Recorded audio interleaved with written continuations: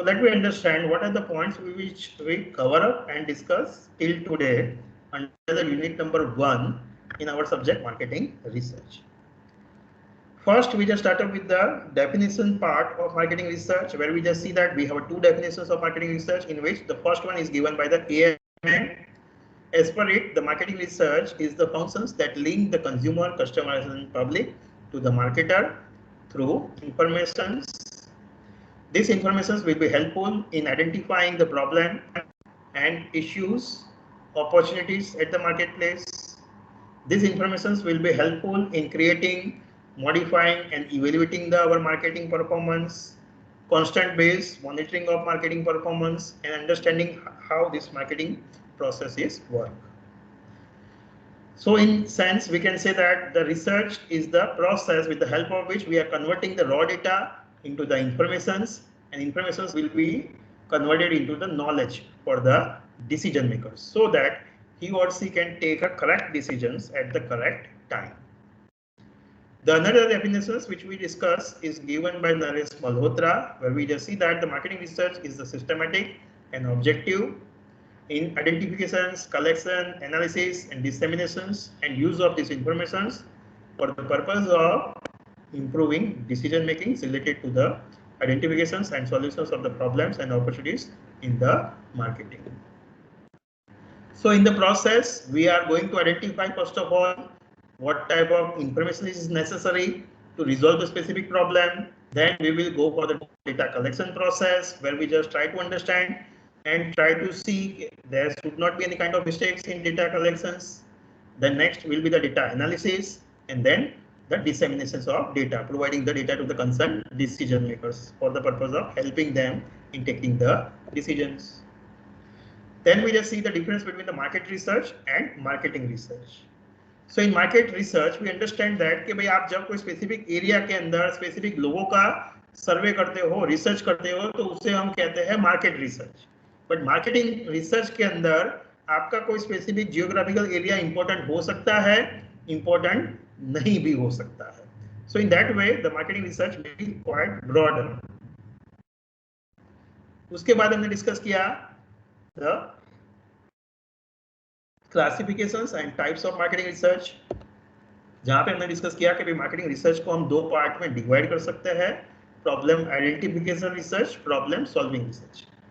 Problem identification research के अंदर being researchers, your task is to identify the problem which are not on the surface. On the first sight you cannot able to see, but it may arise in the future. So your task is to analyze the data and try to identify what the problem is. In the case of problem solving research, being a researcher, your task is to understand the problem, and based on that you need to resolve and try to give the suggestions for resolving that particular problem. So here your task is to resolving that particular problem. तो वो resolve करने के लिए हम कैसे helpful कर सकते हैं, क्या क्या recommendation suggestions दे सकते हैं, वो यहाँ पे आपको करना है. Based on that, we just see the various examples of both the type of research. Then important one, marketing research process, कि जिसके अंदर हमने समझा कि marketing research process जो है वो systematic है, step by steps है. उसके अंदर स्टेप नंबर 1 होता है प्रॉब्लम डेफिनेशंस, कि जहां पे आप रिसर्चर्स के रूप में सबसे पहले खुद समझोगे कि भाई प्रॉब्लम क्या है, वो प्रॉब्लम रिजोल्व करने के लिए क्या इंफॉर्मेशन चाहिए. वो प्रॉब्लम आप समझने के लिए कंपनी के मैनेजमेंट को मिल सकते हो, इंडस्ट्री एक्सपर्ट को मिल सकते हो, या सेकेंडरी डेटा या फोकस ग्रुप करके प्रॉब्लम्स को क्लैरिफाई कर सकते हो. Step number 2, after finalizing the problem, next will be the approach to the problem, कि जहां पे आप आगे का डिसाइड करोगे भाई प्रॉब्लम तक कैसे पहुंचेंगे, the way to reaching the problem. तो वो प्रॉब्लम रिजॉल्व करने के लिए मेरा थ्योरेटिकल फ्रेमवर्क क्या होगा, क्वेश्चन क्या होगा, एनालिटिकल मॉडल क्या होगा, वो सब आप सोचते हो. Research design, that is the blueprint for the whole research project. यहाँ पे सारी चीजें आप फाइनलाइज करके ऑन पेपर लिख देते हो, फाइनलाइज करते हो और पूरा फ्लो चार्ट बना देते हो कि भी पूरी रिसर्च प्रोसेस कैसे होगी. Next will be the field work and data collections. आपके जो एम्प्लॉयज होंगे, फील्ड फोर्स होंगे, वो क्वेश्चनर लेके मार्केट में जाएंगे, लोगों से इंटरेक्ट करेंगे और क्वेश्चनर फिलअप करवाएंगे. उसके बाद data preparation and analysis, data collect हो गया, अभी उसको कन्वर्ट करना है from hard form to soft form. Then you go for editing, coding and transcribing. Data enter करने के बाद आप वेरीफाई करोगे, वेरिफिकेशन के बाद with the help of software you are going to analyze it. Last you are going to prepare the reports and present in front of management. कि भाई different chapter wise आप पूरा रिपोर्ट लिख के prepare करोगे और स्पाइरल के रूप में, फाइनल हार्ड बाउंड के रूप में कंपनी को सबमिट करोगे और पीपीटी के माध्यम से उसको इवन प्रेजेंट भी करोगे टॉप मैनेजमेंट के सामने। उसके बाद हमने देखा था the role of marketing research in the marketing decision making, कि जहां पे हमने समझा था कि भाई रिसर्च, मार्केटिंग रिसर्च एक प्रोसेस है कि जो दो लोगों को कनेक्ट करता है। कि भाई मार्केटर्स के रूप में उनको डिफरेंट इन्फॉर्मेशन चाहिए, तो वो इन्फॉर्मेशन हम मार्केट में से लेके उनको प्रोवाइड करते हैं। बट यहाँ पे हमें क्या ध्यान रखना है कि भाई दो प्रकार के वेरिएबल्स है, कंट्रोलिंग, अनकंट्रोलिंग। तो दोनों चीज पूरी प्रोसेस के ऊपर, मार्केट के ऊपर, कस्टमर्स के ऊपर इम्पैक्ट करते हैं। तो रिसर्च के अंदर हमें ये चीजों का ध्यान रखना है और इवन सजेशंस के टाइम पे भी उनका ध्यान रखना है।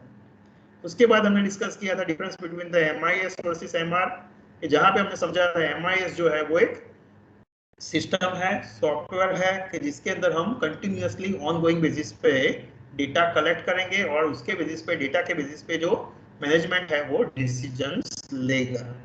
MR के अंदर आप एज एंड व्हेन कोई प्रॉब्लम या इश्यूज है, आप मार्केट को एक्सप्लोर करना चाहते हो, अपॉर्चुनिटी ढूंढना चाहते हो, तो उस टाइम पे आप जाते हो। So in that way there are the list of points on which we can differentiate the MIS versus MR।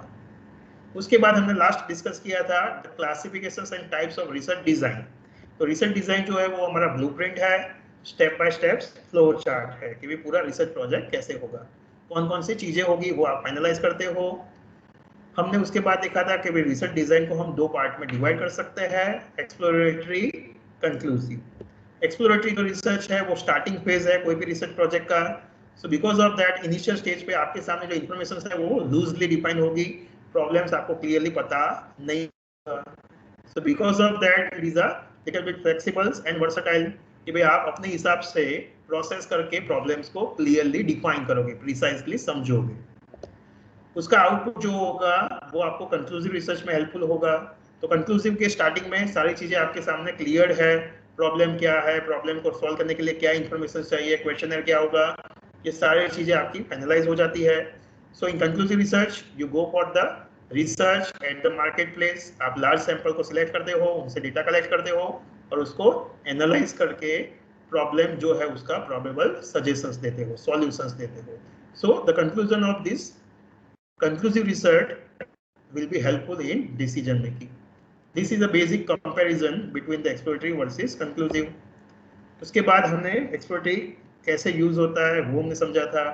उसकी मेथड, फोकस ग्रुप, उसको हमने समझा कि भाई फोकस ग्रुप में क्या होता है कि 8 से 12 लोगों को हम बुलाते हैं और एक इनफॉर्मल एटमॉस्फेयर्स में वो अराउंड द टेबल्स बैठते हैं और over a particular point discuss करते हैं। मॉडरेटर जो होता है वो उनको लीड करता है, उनके डिस्कशंस को डायरेक्शंस प्रोवाइड करता है। एक्सपर्ट्स जो होंगे वो बैठ के उनको ऑब्जर्व करेंगे, वीडियो रिकॉर्डिंग होगा और इवन बाद में वीडियो रिकॉर्डिंग देख के भी हम समझेंगे कि लोगों ने क्या पॉइंट रखा है, इसके बेसिस पे हम प्रॉब्लम्स को क्लियरली समझ पाएंगे। उसके बाद हमने डिस्कस किया था डिस्क्रिप्टिव रिसर्च डिजाइन कि भाई जहाँ पे रिसर्चर्स के रूप में आप ये इसके लिए क्यों जाओगे, तो कि भाई आपको डिस्क्राइब करना है, समझना है, आप 6 Ws के आंसर चाहते हो, तो उस टाइम आप डिस्क्रिप्टिव रिसर्च डिजाइन के लिए जाते हो। उसके अंदर आप एक ही सैंपल को सिलेक्ट करके एक ही बार डेटा कलेक्ट कर सकते हो या एक ही सैंपल को सिलेक्ट करके उनसे बार बार डेटा कलेक्ट कर सकते हो। उसकी जो मेथड्स है वो है सर्वे मेथड कि जिसके अंदर आप क्वेश्चनर बनाओगे, लोगों से इंटरेक्ट करोगे और वो क्वेश्चनर के माध्यम से डेटा कलेक्ट करोगे। वो क्वेश्चनर है वो आप फोन से भी फिलअप करवा सकते हो, इन पर्सन भी करवा सकते हो, पोस्ट के माध्यम से उनको भेज के भी फिलअप करवा सकते हो और इलेक्ट्रॉनिकली उनको मिलके भी फिलअप करवा सकते हो। हर एक मीडियम का एडवांटेज डिसएडवांटेज है, वो आपको ध्यान रखना है, उसके बेसिस पे आपको सिलेक्ट करना है कि कौन सा रास्ता आप चूज करोगे। The last research design is the causal research design जिसके अंदर हमने समझा था कि being a researchers you want to see the relationship between the two variables कि भाई कौन सा कॉज है, कौन सा इफेक्ट है, कौन सा इंडिपेंडेंट है, कौन सा डिपेंडेंट है। तो उस टाइम पे आप कॉजल रिसर्च डिजाइन के लिए जाते हो। उसकी जो मेथड्स है वो है एक्सपेरिमेंटेशन मेथड। उसके अंदर आप क्या करते हो, तो भाई इंडिपेंडेंट वेरिएबल, डिपेंडेंट वेरिएबल को डिफाइन करते हो, करते हो, टेस्ट यूनिट को रिकॉग्नाइज करते हो और एक्स्ट्रा न्यूअस जो वेरिएबल्स है उनको कंट्रोल करने की ट्राई करते हो। फिर उसके अंदर आप एक्सपेरिमेंटेशन प्रोसेस के अंदर क्या करोगे कि भाई पहले एक सैंपल यूनिट को सिलेक्ट करोगे, इंडिपेंडेंट वेरिएबल्स के ऊपर इंपैक्ट करोगे, ट्रीटमेंट दोगे इंडिपेंडेंट वेरिएबल्स को और उसकी इफेक्ट डिपेंडेंट वेरिएबल्स के ऊपर ऑब्जर्व करोगे और एक्स्ट्रा न्यूअस जो वेरिएबल्स है उनको कंट्रोल करने की ट्राई करोगे। उसके अंदर हमें 3 प्रकार के एक्सपेरिमेंट हमने देखे यहाँ पे, 1 group, static group and 2 group pre test post test real experimentations. तो 1 ग्रुप के अंदर क्या होगा, एक ही ग्रुप होगा कि जिसको आप 2 बार ऑब्जर्व करने वाले हो, before the treatment, after the treatment, so that you can get the idea कि भाई ट्रीटमेंट देने के बाद उनके ऊपर क्या इंपैक्ट आई। That is 1 group pre test post test design. Second है स्टैटिक ग्रुप, कि जहां पे आप 2 ग्रुप को सिलेक्ट करने वाले हो बट पहले से आपने डिसाइड कर दिया होगा। तो जो टेस्ट यूनिट्स है उसको आपने आइडेंटिफाइड करके डिसाइड किया होगा कि यस ये मेरा एक्सपेरिमेंटेशन ग्रुप है, ये मेरा कंट्रोल ग्रुप है। कंट्रोल ग्रुप एक्सपेरिमेंटेशन ग्रुप के ऊपर आप ट्रीटमेंट दोगे, कंट्रोल ग्रुप को ट्रीटमेंट नहीं दोगे। और स्टैटिक ग्रुप के अंदर आप डेटा कलेक्ट करोगे आफ्टर गिविंग द ट्रीटमेंट, एक ही बार डेटा कलेक्ट करना है। तो ट्रीटमेंट देने के बाद डेटा कलेक्ट करते हो, उसको ऑब्जर्व करते हो, कंपेयर करते हो and based on that you reach the conclusion. In the case of 2 group real true experimentation research design, that is pre-test post-test, उसके अंदर 2 ग्रुप्स है, रेंडमली आप डिसाइड करते हो कौन सा मेरा कंट्रोल ग्रुप होगा, कौन सा एक्सपेरिमेंटेशन ग्रुप होगा। यहाँ पे 2 बार डेटा कलेक्ट होगा, pre test post test, before the treatment after the treatment.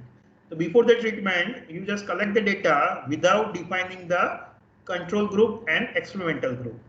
After taking the first data, now you are going to determine कि मेरा कौन सा ग्रुप है, वो एक्सपेरिमेंटेशन ग्रुप होगा, कंट्रोल ग्रुप होगा। फिर एक्सपेरिमेंटेशन ग्रुप के ऊपर आप ट्रीटमेंट देते हो, कंट्रोल ग्रुप को ट्रीटमेंट नहीं देते हो।